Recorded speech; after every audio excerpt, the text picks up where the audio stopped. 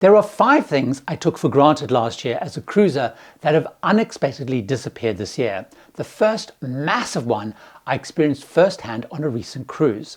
I was on the first leg of Silversea Silver Spirit's 62-night Grand Voyage from Cape Town to Athens via the Seychelles, Dubai and the Suez Canal. A few days in, those booked on the Grand Voyage were told it would abruptly end halfway through in the Seychelles.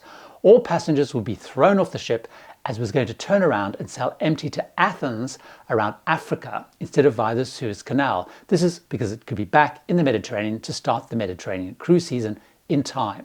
Within days, it was also announced that Silversea were also cancelling the Silver Whisper, sailing from Dubai through the Suez Canal to Athens. Seabourn cancelled a similar trip. Queen Mary 2 even turned their world voyage around to head back around Africa instead of going through the Suez Canal too.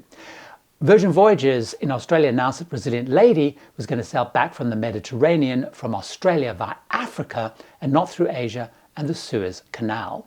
Last year, lines were sailing many Arabian cruises through the Red Sea with that bucket list transit of the Suez Canal, something that I'd love to do. But now, this year, it's not being offered. All those cruises have disappeared because of the attacks by the Houthi rebels on ships passing through the area. This means we cruisers also have fewer Asian cruise options too this year because many of the ships sailing through were repositioning to Asia, like even the Silver Whisper, the Queen Mary 2, Seabourn, many of those ships that cancelled. Of course, while for much of last year we could not even go on cruises calling into Israel, since October no cruises call there and they're unlikely to go this year at all either. As cruisers, our options are smaller than last year. We can also no longer, for example, be sure about the ports and destinations away from the Middle East either, it seems.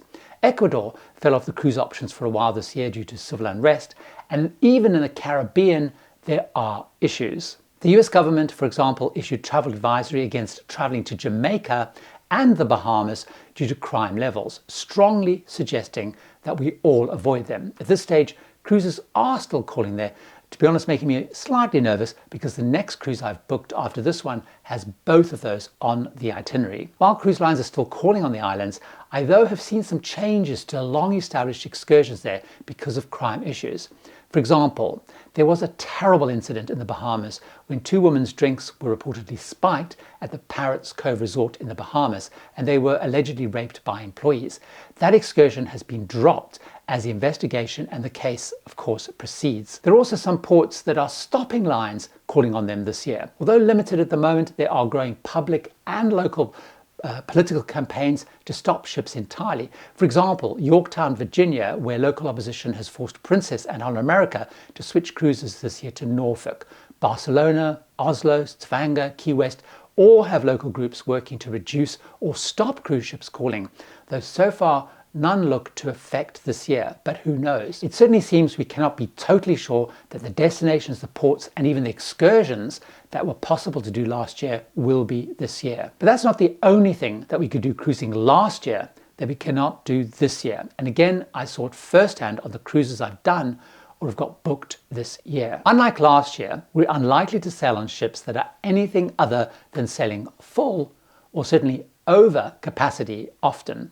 Every single cruise line is talking about record-breaking bookings for this year and load factors higher than all previous years. Not only are the 3 big groups, Royal Caribbean Group, Carnival Corporation, Norwegian Group saying it, but smaller independent lines like Viking are now too. I've personally seen this make 3 things no longer possible versus my cruises last year, this year. First of all, there are dramatically fewer last-minute deals. They've pretty much evaporated on all routes, including even more exotic cruises like that Silversea South African cruise I was on. And of course, fares are much higher this year too. Second, over the last few years, I've often got upgrades by either bidding and always being successful, being upgraded because the ship is not sailing full, or even paying relatively low fees to do so even after I've boarded. Every single cruise I've been on this year has had a sign on the desk saying the ship is full and there is no opportunity for upgrades or even changing cabins if I've had an issue, which last year when I had issues I found really easy to do. Thirdly, and I found this really important, I found this year absolutely I cannot leave arrangements like dining bookings, especially dining, excursions and shows until close to the cruise or even once I'm on board. If I do, I know I will not have the experience and I will miss out versus last year. For example, that Caribbean cruise I mentioned coming up is on Oceania Vista, and the fare includes all specialty dining. I went in about a week after online booking opened, and even then, the earliest I could get a table for myself was 9 p.m. at night in any of them. No way I want to eat then, so it's likely I'm going to have to miss out on them. I'm finding it's the same with excursions. Unless I go in when they are made available, I often find that the very best have gone. For example, on that Silver Spirit South African cruise, many of the excursions were game reserves, rides over massive dunes in Walvis Bay, and incredible boat tours to visit seals. So all very popular things. I went in really early and managed to secure them, but people who waited or tried once they were on board found that the best excursions were full, and certainly the best times for viewing animals were completely gone. So unlike last year, getting what I want when I want it without lots of pre-planning seems impossible. But while technology of course can help us get in early and make those bookings before the cruise, technology on the ship makes something else very different this year. A big change this year, as the lines finish rolling it out, is we can no longer tell the boss that we won't have a Wi-Fi connection and must be logged off, and certainly that we can't do things like Zoom calls or anything involving big files and lots of data. Almost all the cruise lines this year now have Starlink, providing really good Wi-Fi at sea.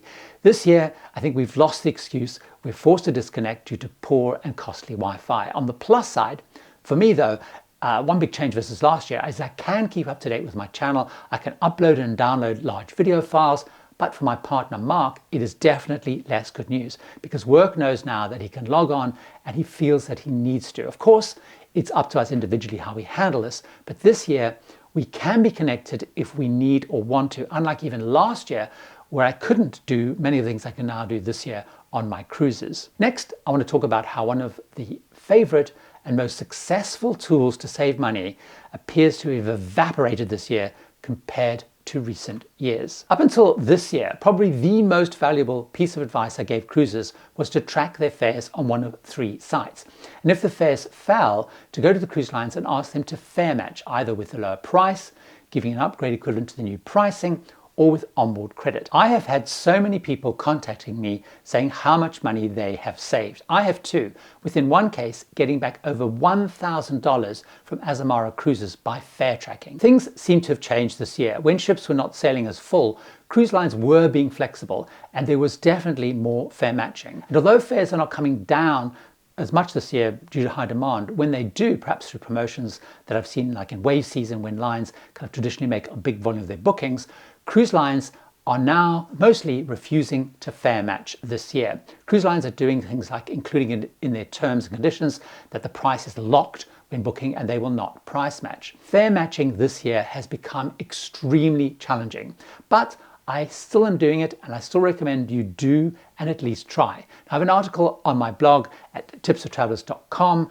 where I tell you what the sites are and how to do this. But there is another way some cruise lines are squeezing us financially this year too. One area that I've seen is a change in the supposedly all-inclusive package add-ons, which are including less or squeezing us more this year. For example, I have a celebrity cruise booked later this year around Canada and New England. In fact, this is going to be a group cruise that I'm hosting.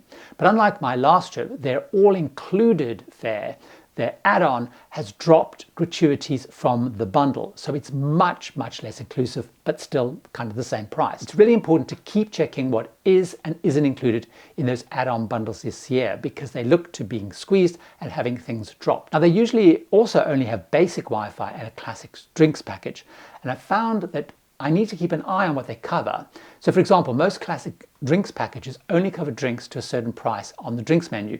Like say you might have a $15 maximum per drink included in that drinks package. But with the cost of drinks being increased, more drinks that used to be included in that price are starting to fall out of that package. On many cruise lines, for example, in Holland America, you can order a drink that costs more and only pay the difference. So do research this year as you look at adding those all-inclusive packages because they seem to be being squeezed or kind of sliced off in terms of benefits. I have other watch outs when buying things for or on your cruise, including things I see cruisers buy from the cruise line because it's easy, but they really should not. And they could save a fortune by doing something differently. So join me over in this video to find out what they are and why.